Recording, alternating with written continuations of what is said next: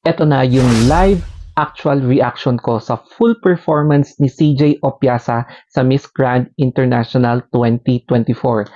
Excited ka na bang malaman ang reaction ko? So, eto na nga. And dumako naman tayo kay Philippines Christine Opiasa. So, naka-shining shimmering gold din siya na present niya proudly ang Philippines, syempre. Tapos, kung napansin niyo, doon sa production sa stage, ibinigay white yung flag. So, pinakita, feature yung flag ng Pilipinas and together with the disco ball.